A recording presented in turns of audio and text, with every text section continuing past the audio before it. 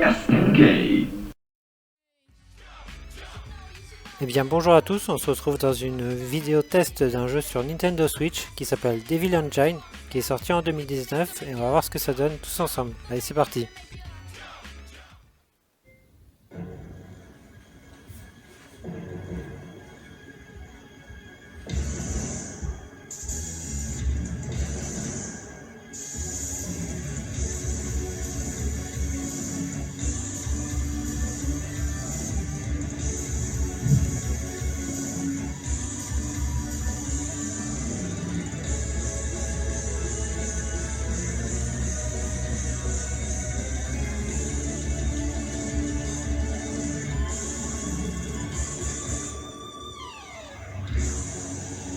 Et voilà cette magnifique intro du jeu Devil Engine, donc vraiment un très beau jeu. Est-ce que c'est la suite spirituelle de Thunder Force 3 et 4? On ne sait pas, on va regarder tout ça ensemble maintenant. Donc il y a un menu assez simple, hein, comme dans tous ces genres de jeux de shoot'em up. Donc là on peut voir pas mal d'options de configuration de jeu. On voit plein de choses plus ou moins utiles. L'interface, les langues et aussi la partie écran qu'on pourra débloquer en fonction de sa progression dans le jeu pour débloquer en fait des filtres visuels pour avoir un affichage en mode cathodique, sans mode cathodique et autres. Donc il y a plusieurs options et aussi choisir son mode de difficulté. Bon, il y a très dur ou facile, sachant que le facile c'est plutôt normal en vérité et on va voir que c'est même relativement difficile. Donc il nous propose aussi de tester nos boutons avec les tirs, donc des bombes, des vrilles, les tirs secondaires aussi. Ça c'est plutôt bien fait pour se préparer à affronter les vagues d'ennemis qui seront sur notre chemin.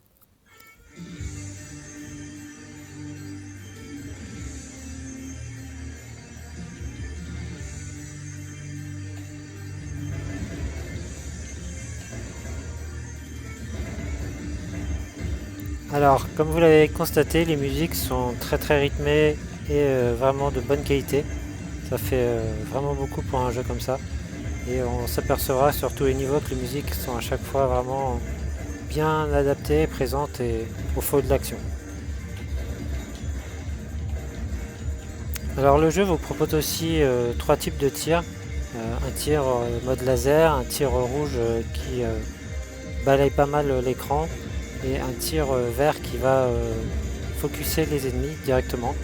Et chaque tir aura plus ou moins de puissance en fonction de l'adversaire en face. Typiquement les tirs de mode laser détruiront des vaisseaux de la même couleur, et inversement un tir rouge détruira moins bien un vaisseau d'une couleur différente.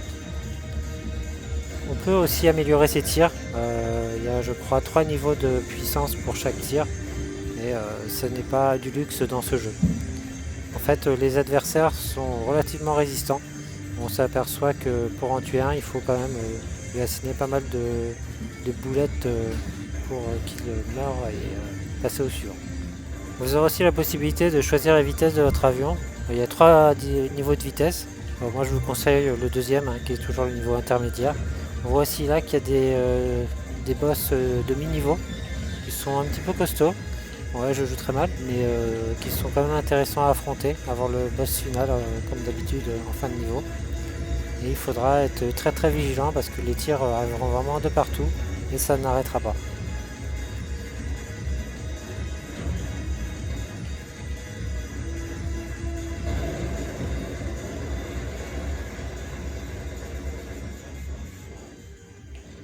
On aura aussi des petits moments de répit qui seront de courte durée, hein, avant le boss final que vous devrez affronter, qui a une technique spéciale à chaque fois pour être vaincu. Donc au niveau des couleurs, c'est très coloré, hein, ça rigole pas avec les couleurs. C'est pas du tout pastel, hein, c'est vif et c'est ce qu'on aime dans ces types de jeux en 2D de l'époque. Donc là on a fini le premier niveau, on va voir le deuxième niveau. Je vais vous laisser voir ça et puis vous dire mon premier ressenti.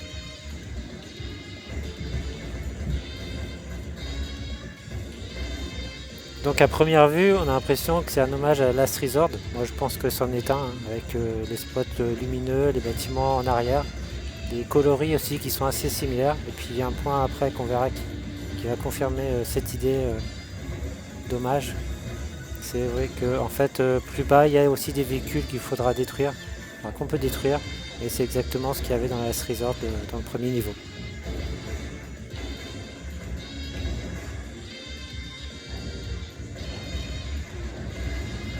Et donc on entend aussi les musiques très jazzy qui sont très présentes dans le jeu, qui conviennent, comme je le disais, parfaitement au rythme du jeu. Et là on va encore voir un autre boss dans le deuxième niveau qui va nous envoyer un maximum de flammes et de missiles sur la tronche pour nous éliminer et pas pouvoir progresser dans le jeu. Avec une musique aussi qui change et qui est très rapide cette fois-ci.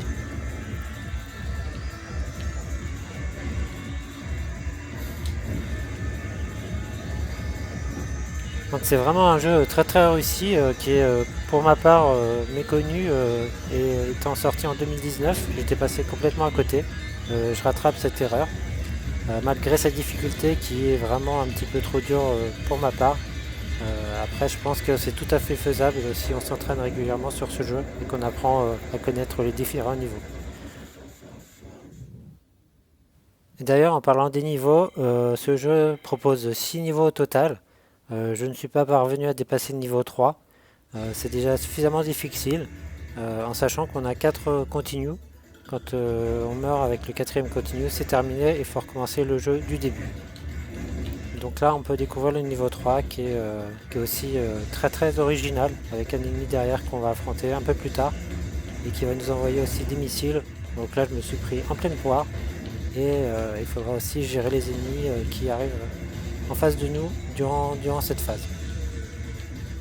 Donc on a vraiment le sentiment de jouer à un Thunder Force 4-5 prime plus dans cette version, en sachant que vraiment on sent que les studios Technosoft ont influencé le studio Protoculture Game qui a développé ce jeu, et dans le bon sens des termes et des choses, pour nous proposer un excellent shoot'em up comme ce Devil Engine.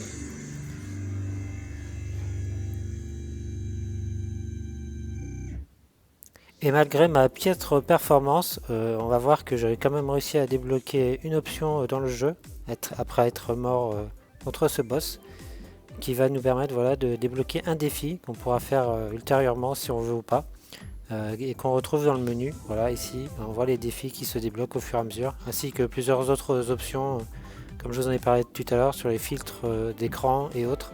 Vous pourrez die and retry et débloquer certains éléments, ce qui est un petit peu moins frustrant dans ce type de jeu. Voilà, c'est tout pour ce test de Devil Engine, j'espère qu'il vous aura plu. Ça sera le dernier pour cette année, donc je vous dis merci à tous d'avoir regardé ou pas cette vidéo jusqu'à la fin, et à bientôt.